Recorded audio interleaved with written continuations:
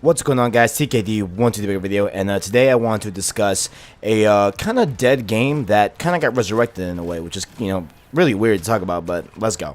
So the game in question is the game called Evolve. Now, in case you guys aren't aware, it was released about a year ago. I think it was January of 2015. And it was made by the people that made Left 4 Dead and Left 4 Dead 2. And so initially this game got a lot of hype just because off of the name of the devs of this particular game. And it came out and it was, pretty cool. A lot of people, liked it. I had never played the game, but I did have a friend named Andrew that, definitely spent a lot of time in that game for, a couple weeks here and there. But then the game kind of, died really quick. It was within, a month and a half, 2 months, kind of in that range. And it lost its momentum. It lost its base of people that were playing it. And it kind of just died. And now fast forward about a year and a half later to about last week, the devs named Turtle Rock Studios and the publisher, which is 2K, have decided to re-release the game as a free-to-play game. It's been getting a lot of buzz and a lot of attention, just because of this drastic change with the game. And this change is only on the PC. You cannot get it, console players of Evolve, that is coming out on a later date, but I'll talk about that in a minute. And so right now, if you are a player on PC, you can go to Steam and download this version of Evolve called Evolve Stage 2. And it is basically a re-release of the original game with some changes that we'll talk about later. But it is called Evolve Stage 2.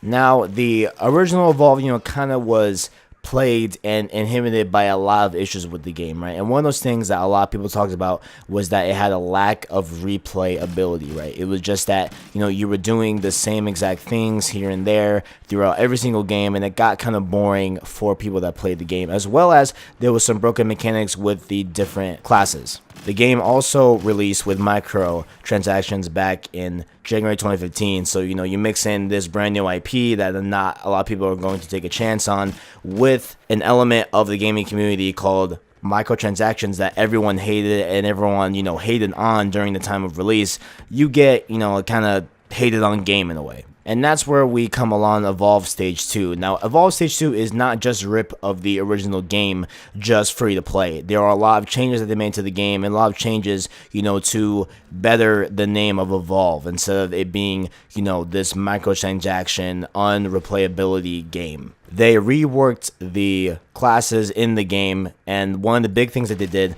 was that instead of the trapper net being on one specific person on a class, they made it so that all the people in the game have a trapper weapon so that anybody can trap the monster while in game, as opposed to one person, being tied to a class being the designated trapper. And so, it kind of went from, rather than one person trapping out, now, the whole squad could be trapping out. I had to, guys. I'm sorry. I had to. Okay.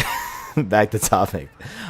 They also removed the microtransaction, which is a pretty big thing, and honestly it is something that I would not have minded them kept it in this Evolve Stage 2, right? Because listen, if you're going to release a free-to-play game, it is kind of, an accepted thing for them, for those games to have transactions that are micro, ones that, you buy, you know what I'm saying? Because at the end of the day, the people that work at these game companies need to get paid, you know what I'm saying? And if you're going to put out your game free to play, you got to get some sort of revenue way, you know what I'm saying? Whether it be advertisements on like a mobile game or, transactions, right? So that's why, if they kept the transactions from the original Evolve into this Evolve Stage 2, I would not have an issue with it at all, but they decided to not have any transactions in Evolve Stage 2. The devs of Evolve and 2K have, both, stated that Evolve Stage 2 will be coming to consoles, but with the way you release games on a console, you got to go through testing and certification and all that.